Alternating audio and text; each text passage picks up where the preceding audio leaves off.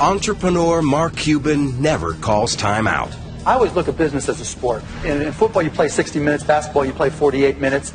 In business, it's 24 by 7 by 365, and the whole world's trying to kick your ass. Somebody has got to be the luckiest person in the world. Somebody's got to be, right? I started a stamp company. I started with a quarter and bought a stamp and left with $50, thinking, hey, if I could do this, I could do anything.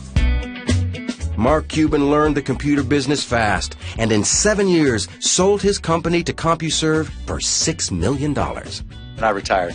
And you retired. And what did you do with that money, your biggest purchase? My biggest purchase, I bought a lifetime pass on American Airlines, and I had one mission in mind.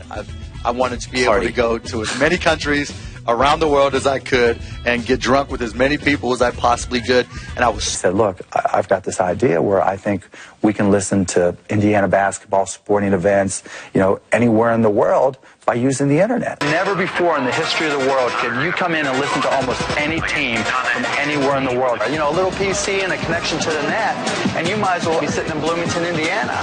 I'm the first to realize that luck plays a huge part in it. I happened to have a company, broadcast.com, that went public at the right time when the internet stock market was going nuts. Cuban wanted to expand their content and was looking for a breakout event. He found it in lingerie. There were a lot of pinnacle events for broadcast.com, and one of those was certainly the Victoria's Secret webcast. Wrapping high tech with high fashion, the webcast was a phenomenon. Millions of people tuned in, and it became the largest viewed event ever on the web. We like to position it as the first sold-out event on the internet. It helped to cement us as the go-to place if you wanted to do something multimedia on the internet. Jeff Swaney is an entrepreneur and friend of Cuban's from Dallas. I will never forget talking to Mark about, where are you going with this broadcast thing? And he goes, I'm going to the BBC. Billionaire Boys Club. You're not going to make $1 billion on this thing. I mean, you're going to make $100 million. No, dude. No. BBC, dude. That's what I'm doing. In pursuit of that billion, Cuban and Wagner led the charge straight to the executive offices of Yahoo. I remember Mark and I going into the conference room and basically just saying, look, we're where you guys need to be. So you're either going to have to compete with us or you're going to have to buy us because we are big players in where we think the internet's going to go. Yahoo felt the breath of competition, according to Paul Sappho, a leading technology forecaster. It's a moment where there's a sense of the rise of the machines. Algorithms in the form of Google are really taking over the search space. And it's beginning to dawn on people that, in fact, there is a lot of volatility in customer loyalty around places you visit on the web. I can remember going to Yahoo, and you could just feel the anxiety at the company of how do we bulk up our technology side. Looking for an answer, in April 1999, Yahoo grabbed Broadcast.com for a staggering sum, $5.7 billion in stock. The deal secured Cuban's membership in that Billionaires Club. Within months of the buyout, Cuban protected his stock by buying puts and calls against his interest and began to cash out, buying a 24,000 square foot mansion and a $41 million jet. In February 2000, sports fanatic Mark Cuban bought majority ownership in the Dallas Mavericks from Ross Perot Jr. It was the crowning purchase for the billionaire with the insatiable desire to win, except that the franchise had one of the worst win-loss records of any team in the NBA. You've got to start giving these guys who have been in damaged programs, let's call them, the thought process that they can win, that they are expected to win. Cuban was going to change everything his way. Turdima Ussery, the buttoned-up CEO of the Dallas Mavericks, recalled his first meeting. I didn't eat the whole day because we're having dinner at his house that night, and I wanted to be a great guest. And I was in suit and tie and, trying to, my Sunday best, as my mom called it. He opened the door up in jeans and no shoes and T-shirt, and we sat on this floor and watched basketball for 4 or 5 hours and ate. I think it was Cocoa Puffs and Doritos is what we had in bottled water. So it was, again, it was just a new reality. That new reality took effect the moment Cuban saw the traditional wood-paneled locker room in the Mavericks' new arena.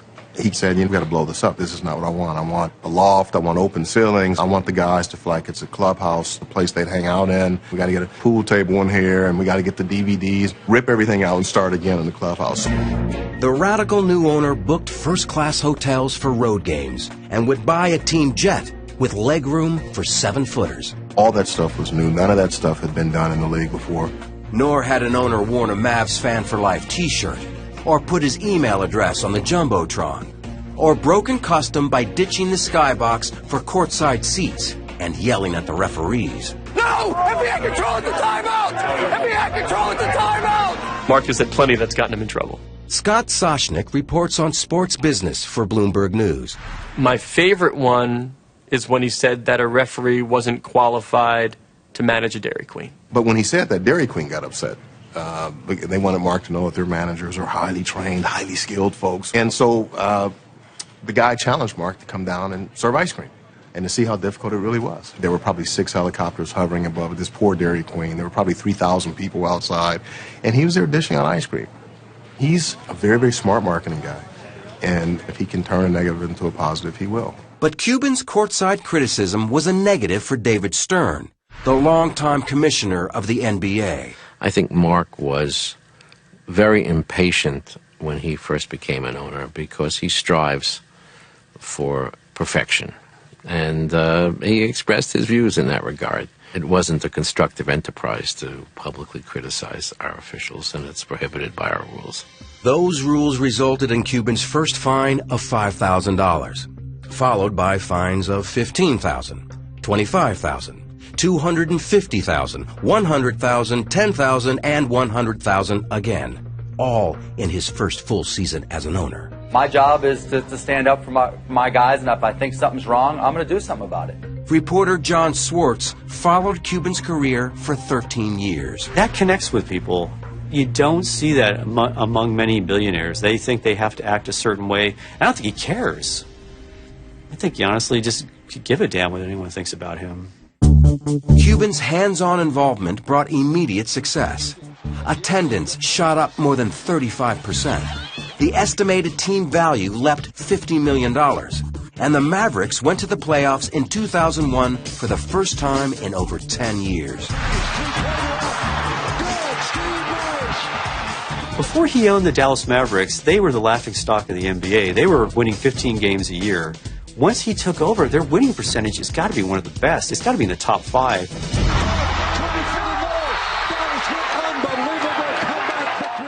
Despite their surging success, that year the Mavericks fell short of the championship.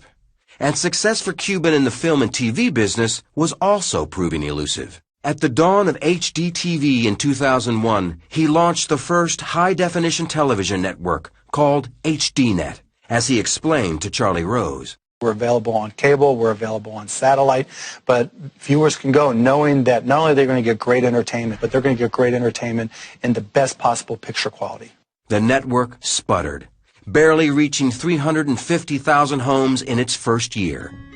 Cuban hit pause long enough to marry longtime girlfriend Tiffany Stewart, throwing a reception bash on his home court, the American Airlines Center. By 2003, he re-teamed with Todd Wagner and plunged into the movie business. We bought Landmark Theaters, which was a national independent theater chain. We invested and then bought Magnolia Pictures, a theatrical distribution company. We built on a home entertainment unit as well to that.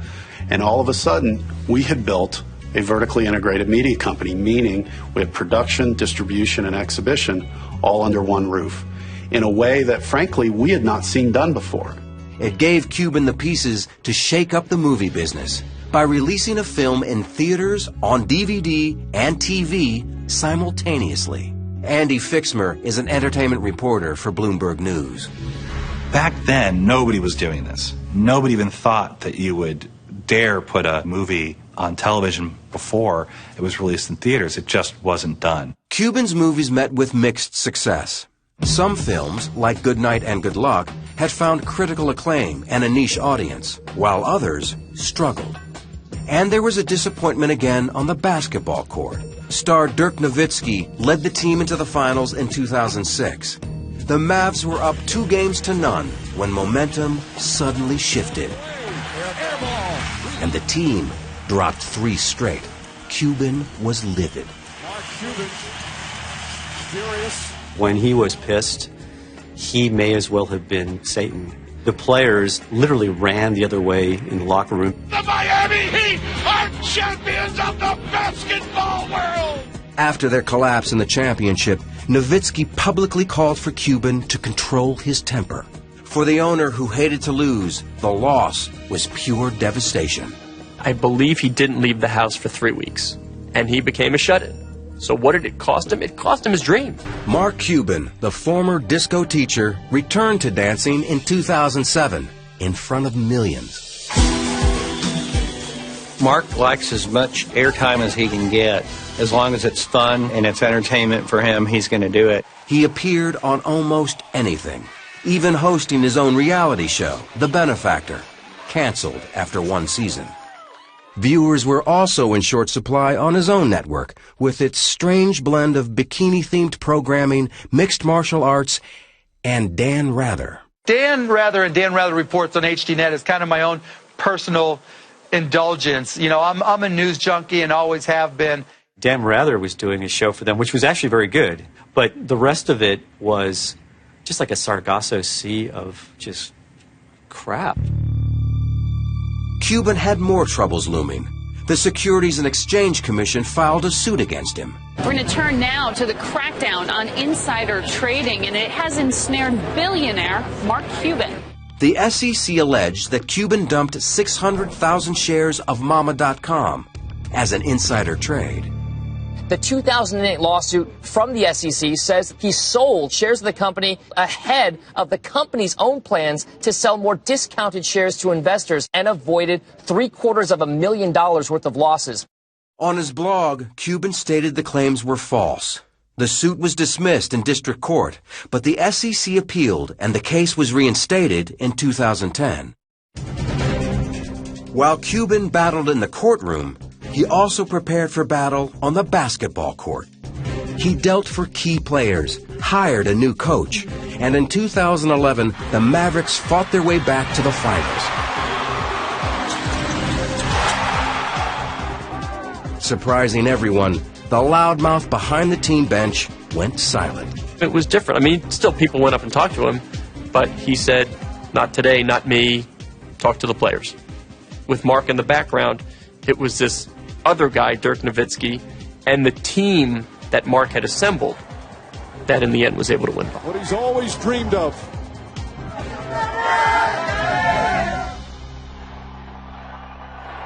We had the ceremony inside the building, and all of a sudden this chant broke out, "Thank you, Mark. Thank you, Mark. Thank you, Mark." How many times have you heard of a building chanting, "Thank you" to the owner? That's pretty unique. With a championship banner finally in place, Cuban rebranded HDNet, calling it Access TV. In addition to Ryan Seacrest, Cuban partnered with 2 of the most powerful names in music and entertainment. He lives in Dallas with his wife and 3 children. On his personal blog, he sounds off on everything from executive compensation to personal health. Whether brilliant or just plain lucky, Mark Cuban will always be looking for his next big move. He's going to challenge conventions. He's going to change how people think. He's definitely a guy to always keep your eye on. He's brash. He's not afraid of controversy. But he's also one of the most brilliant strategic thinkers I've ever met. Is the glass of water half full or half empty? Mark's going to be the guy asking who's pouring it. You can look at things and say, this is the way they've always been done. I like to look at it and say, well, if everybody's doing this way, that's not where the future is. You have to look somewhere else. And, you know, if that pisses people off, that's their problem.